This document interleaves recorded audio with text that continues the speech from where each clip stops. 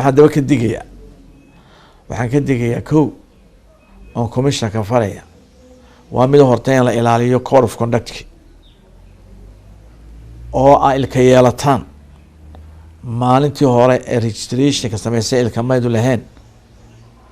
waxaan jecelahay in code of conduct la implement gareeyo oo campaignka laga ilaaliyo asxaabta ku dhex campaign garanaysay tiyo dadku ay ku socdaan doorasho aan diiwaangelin iyo kaar qaadasho. waan su'aashka toonay wax Allah wax ka qabateen ma jiro.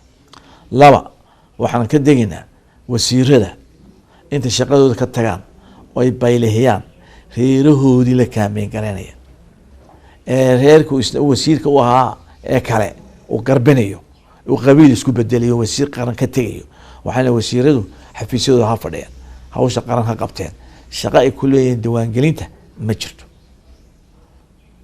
taasna wala saddex waxaan uga diginaa dadka aan iman ee kaararka loo qaadayo taa waa ku mahadsantihiin labadii gobol horeba waa ka ilaaliseen kuwana waxaan jecelahay inaan idin jeersiin qof kasta ha yimaado kaarkiisa qaato.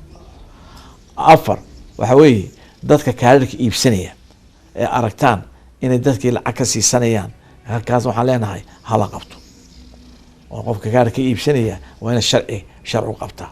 afarta arrimood ayaan kula dardaarmayaa dadkeena. waxaan leeyahay insha allahu tacaala si nabad bay nagu dhammaan doontaa. qof kasta oo reer Soomaaliya waxaan leeyahay maanta waxaa xil baa ku saaran ilaalinta nabadgelyada. booliis baan wadanahay waa inaan hareerta iska taagnaa. waa shaqo qaran waa loo siman yahay cid gaari ma leh waa xil ina wada saaran ayaan dadka Soomaaliya leeyahay. cadow badan baan leenahay oo doonaya oo ka masayrsan oo ka hinaasaysan oo ka xun nabadda iyo doorashooyinka aynu gelino ee wanaagga Ilaahayna say subxaanahu wa tacaala ayay ka masayrsan yihiin oo ka hinaasaysan yihiin kuwaas laga yaabaa inay qashqashaan. waxaan aad iyo aad u taadeenayaa dadkii deganaa ee doorkan markii u horeysay qaatay kaararka. waxaan maantana waxaa lagu kala badinayaa isdiiwaangelinta way dhamaatay laakiin maanta waxaa lagu kala badinayaa yaa qaatay intii qaato ma footeen yaa la ka badin barbar ka baxda waa bakeelo cunaan.